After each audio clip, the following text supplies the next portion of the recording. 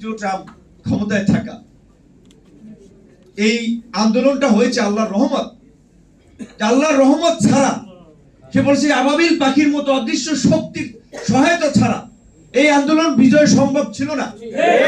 মাঝখানে আন্দোলন নিভে গিয়েছিল না। আল্লাহর কুদরত দ্বারা এই ফয়সালাটা করেছে, যেজন্য আমরা আল্লাহর কাছে শুকরিয়া আদায় করি। না হলে আমাদের যে কি হতো আমরা এটা জানতাম না।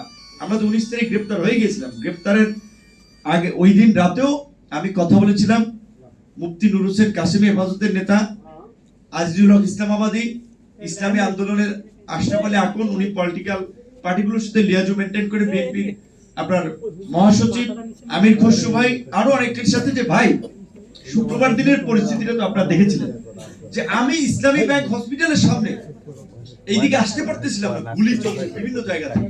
দুইটা লাশ 15-20 মিনিটের মধ্যে দেখলাম যে আমার সামনে দুটো লাশ পড়লো। এখন তাহলে আমি কেমন ওখানে আগাই যে আমার কাছে তো বন্দুকও নাই যে একটা কাউন্টার গুলি করব। তারপরে বাড্ডা, রামপুরা, যাত্রাবাড়ি যে সময় যে ঘটনাগুলো ঘটলো, সেটা দেখে রাতে আমরা মানে ধারণা করলাম প্রায় 400-450 মানুষ হত্যাকাণ্ডের শিকার হয়েছে।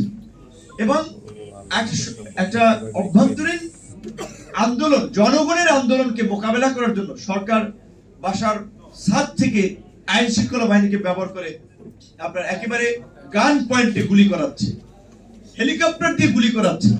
এই পরিস্থিতিতে যদি শেখ হাসিনা ওভারকাম করে ফেলতো, আমাদেরকে নাকে খত দেওয়াই রাখতো শেখ হাসিনা। এই জাতীয় নেতৃত্ব আলেম ওলামাদের সাথে কথা বললাম যে ভাই এখন অন্তত কিছু একটা করেন। সেদিন রাতে তো আমরা গ্রেপ্তার হয়ে গিয়েছিলাম। দক্ষিণের ইসলামী আন্দোলনের নেতা ভাই যেটা বলছেন, অবশ্যই এই আন্দোলনটা শুধু জুলাই তো আর হঠাৎ করে আন্দোলনটা হয় নাই, এর তো একটা লিগাসি আছে। গত 16 বছরের ধারাবাহিক অত্যাচার, নির্যাতন, নিষ্পেষণ। এই যে ইসলামী আন্দোলনের নায়েবে আমির ফয়জুল করিম সাহেব বরিশালে নির্বাচন করতে গিয়ে দেখেছেন ছাত্রলীগের ছেলেরা ঘুষি মেরে ঠোঁট ফাটাই দিয়েছে। একটা মানে আলেম ওলামাদের সম্মান করা, এটাও তো মানে আল্লাহ রাসূলের নির্দেশ, তাদেরকে তাজিম করা। তাহলে আমরা তো এমনি মুরব্বী মানুষকে একটা সম্মান করি। ইয়ং ছেলেরা কিভাবে এরকম একটা কাজ করে, আওয়ামী লীগ তাদেরকে এতটা অমানবিক বানাতে সক্ষম হয়েছিল যে ধর্মীয় মূল্যবোধ, সামাজিক মূল্যবোধ ওইগুলা কিছু নাই। ও ছাত্রলীগ করে, সুতরাং ওই ছাত্রলীগই ওর ধর্ম, ছাত্রলীগই ওর কর্ম, কিংবা ওই আওয়ামী লীগ করে আওয়ামী লীগের ধর্ম কর্ম, আওয়ামী লীগের জন্য যা ইচ্ছা তাই করতে পারে।